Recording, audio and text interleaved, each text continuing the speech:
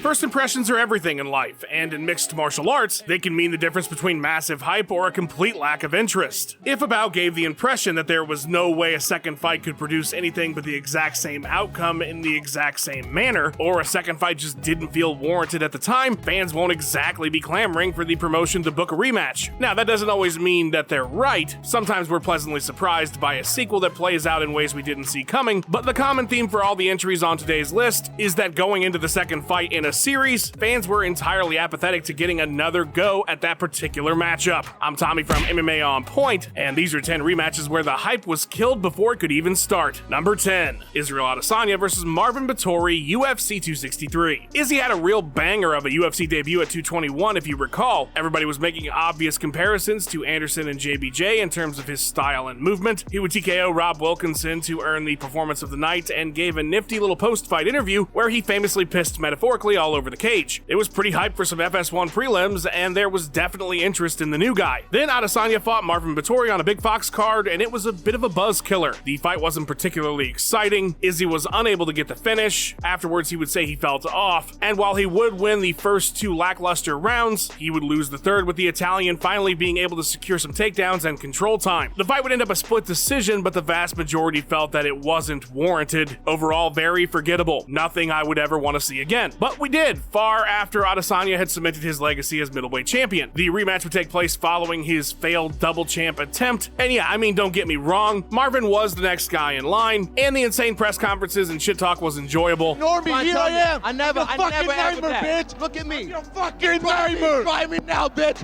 What are you gonna do? What are you gonna do? But I think at the end of the day, everyone thought the fight would again be fairly lackluster, and yeah, it was. Adesanya won every round. Vettori would shoot on 14 takedowns and only land 4. Nothing too notable happened, just like the first fight. Some trash talk can only take a matchup so far. Number 9, George St. Pierre versus Josh Koscheck, UFC 124. This is an interesting one because it sold well, but not on the merits of the fight. I don't think many fans gave Koscheck much of a chance in the rematch. If anything, this entry shows the true power of the UFC marketing machine. By GSP's 5th welterweight title defense, his status as GOAT was drawing nearer, and his box office was growing as well. With compelling opponents like BJ Penn and Dan Hardy to play foils to the champ, the money was indeed piling up. For his next defense, though, he would have to rematch Josh Koscheck. And while the tough alum was a perfect villain, when the two met only 3 years earlier at UFC 74, it was a blowout. In a surprise nobody saw coming, St. Pierre beat Koscheck at his own game, scoring 2 of 2 takedowns, stuffing all but one of the D1 champion's own attempts while only allowing him to land a total of 4 significant strikes as he rode a near 10 minutes of control time to a UD win. He'd beaten the man at his own game, and if GSP's wrestling was now on that level, what exactly did Josh have to offer in a rematch? The solution was a season of Tough, which helped at least keep interest in the matchup on a personal level, but that was really it. There were still surprises at 124 though. George didn't out-wrestle him again. Instead, he chose to jab his opponent's eye until it became a grotesque, inhuman mound of swollen flesh. Good stuff. Number 8, Leon Edwards versus Kamaru Usman, UFC 278. Alright, so this one's coming up this weekend, and yes, it was the inspiration for this list because it's such a perfect example. The hype going into the Usman-Edwards rematch is just about zero. There's a lot of factors as to why. Leon has clearly had trouble making a connection with the fans for whatever reason. The heat between the two just isn't that compelling, but the biggest contributing factor is their first fight. The two met when they were both on the come-up in a bout that most of you probably didn't watch until the UFC recently reposted it on YouTube, and that's because it was a snoozer on the Fight Pass prelims. It was Kamaru's sophomore effort in the promotion coming off his tough win. Rocky was only on his 4th UFC bout. Marty was still very wrestle heavy at the time and used 6 of 13 successful takedowns and over 10 minutes of control time with only 48 significant strikes among 126 landed to earn the UD win. So going into their title fight rematch, despite the incredible run that Usman has had up to this point as champion, despite the 9 straight victories for Leon, all anybody's thinking right now is, well, Edwards has a boring style and got handled easily by Kamaru before he leveled up his striking, so this one's going to be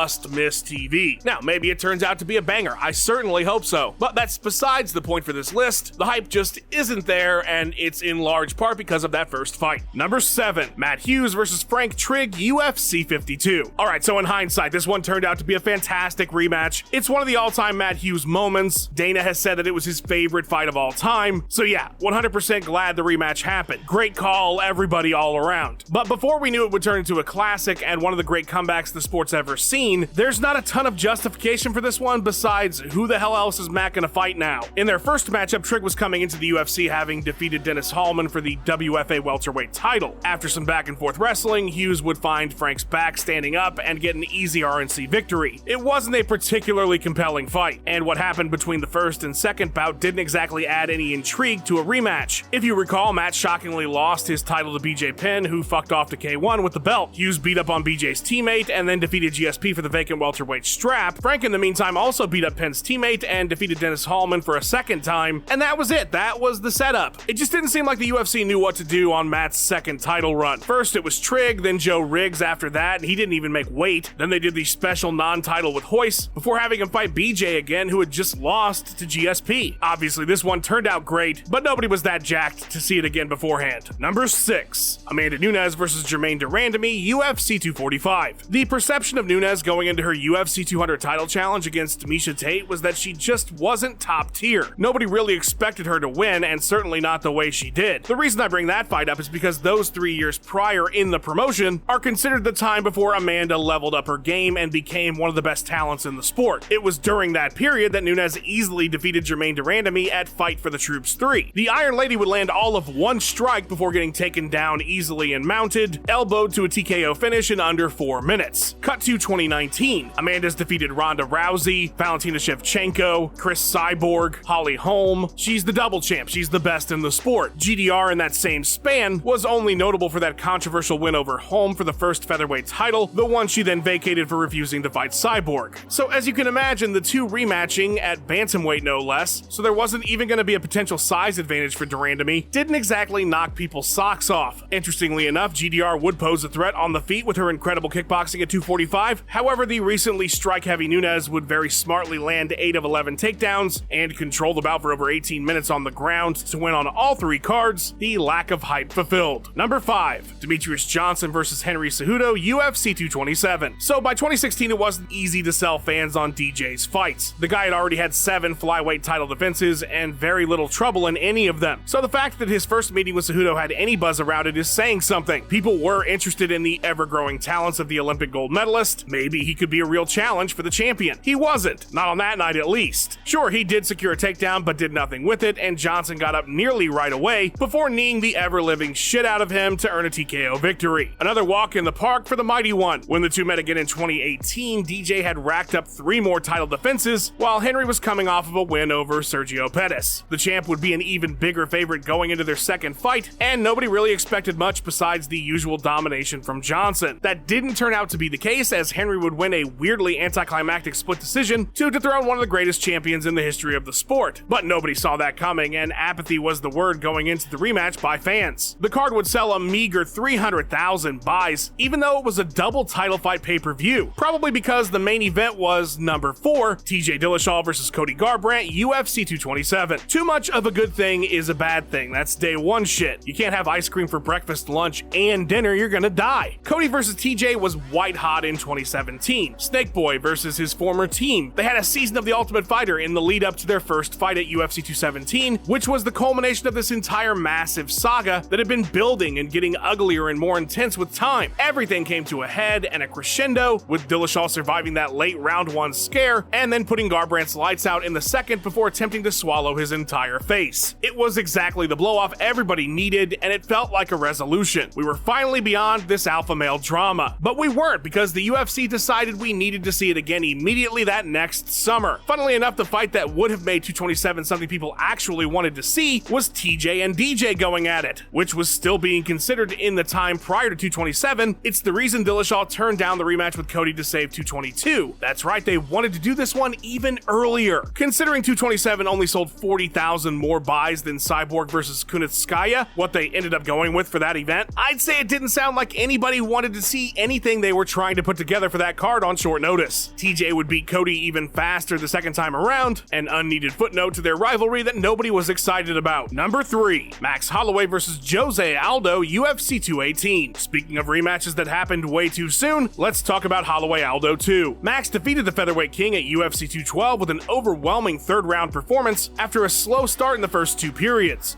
A knockdown and a barrage on the ground that totaled in 41 significant strikes would force the bout to a halt, earning Holloway unified gold. It was a fantastic win. He did it in Rio to the king of Rio. It felt like it was on to the next one, which was meant to be Frankie Edgar at 218 6 months later. The answer had just demolished Yair Rodriguez to halt his rise up the ranks. This was going to be a fun fight. But a month before the card, Frankie was forced out, and instead of rescheduling, they just rebooked Aldo, who was at the time preparing for Ricardo Lamas on a fight night card. Okay, I guess. It just happened way too soon. It's not even that it couldn't have been competitive, it just felt like we'd answered that question a bit too recently. He'd not even had a bout between, so it didn't feel as if the outcome would be any different. The second time around, Holloway just dominated from start to third round finish, putting this rivalry to bed likely forever and way too soon, as a rematch down the line might have been interesting. Number 2, Fedor Emelianenko versus Tsuyoshi Kosaka, Pride Bushido 6. Alright, so Fedor, you're coming off of some of the hypest shit of your career. You just defeated Big Nog for the second time in a rematch for the Pride Heavyweight title and the 2004 GP. Everybody wants to see you fight Mirko Cro Cop next in a battle of the century to determine the best fighter in the entire world. So let's book you with the guy that accidentally elbowed you that one time 5 years ago. To be fair, Kosaka was the Pancrase Super Heavyweight Champion, so this was technically a super fight, if that belt meant anything and was ever held by anyone other than Kosaka. Not to mention none of these titles were on the line anyway. This is Pride we're talking about. Nope, this was just the best perceived fighter in the world at the height of his powers against a guy who was 26-15-2 with 5 losses in his last 9. As I'm sure you're aware by now, Tsuyoshi was technically the only man to beat Fedor from the period of 2000 to 2010, a victory he earned by missing the first punch he threw and grazing the last Emperor's eye with his elbow, forcing the Conor McGregor special Dr. Stoppage. So yeah, this was basically a squash match to get the win back. Nobody's ever hyped about a squash match. Fedor would earn his own Dr. Stoppage after the first round. Can you believe they were trying to make this fight a third time in Ryzen? God, MMA, what is wrong with you? Number 1, Wanderlei Silva versus Kazushi Sakuraba, Pride Total Elimination 2003. Remember that one WrestleMania where Shawn Michaels said I love you to Ric Flair and super kicked him in the face and it was supposed to be the end of his career? Imagine if the WWE did that same match again a few months later. Wouldn't that just be stupid and take away everything that was so special about that moment? Anyway, let's talk about the trilogy between Vandy and Sakuraba. Their first fight at Pride 13 was a massive deal, as Kazushi was the biggest star in Japan by a huge margin. This was like peak Gracie Killer era, and since Pride didn't yet have a championship, Sakuraba put it upon himself to start carrying around the Saku belt. So when Silva destroyed him in under 2 minutes, he then awarded him said belt. It was such a great moment, and it felt like a very cool passing of the torch. Given how the minute and 39 seconds went, nobody needed to see a rematch. But after Kazushi subbed Rampage Jackson at Pride 15, he and Vandy were paired up again, this time for actual gold, the Pride middleweight title, and for the second time it was clear the two had no business in the ring together, with Silva earning a Dr. Stoppage after the first round ended. That should have absolutely been it. But no, the two were paired for the opening round of the 2003 middleweight GP, which to be fair was better than what Sakuraba wanted, which was to fight Bob Sapp and Fedor. My god, somebody stop booking this man in death matches. Silva won a third time, and luckily the pair would never meet again. When instead of hype you have anxiety for the safety of one of the fighters, yeah, there was no way this couldn't be number 1. Gotta love Pride FC, am I right? Oh, did you think we were still in the last entry? Well, we're actually in the outro. That's called a transition in the biz. It's not magic. That's what the editors do. So if you enjoyed this video, it's because Luke is a real-life wizard. Follow him on Twitter or he will curse your bloodline for 20 generations with his wizard powers. Ben Rosette makes music that causes angels to weep with joy. Go show him some love too, and show yourself some love. It's been a tough day. Anyway, number 4.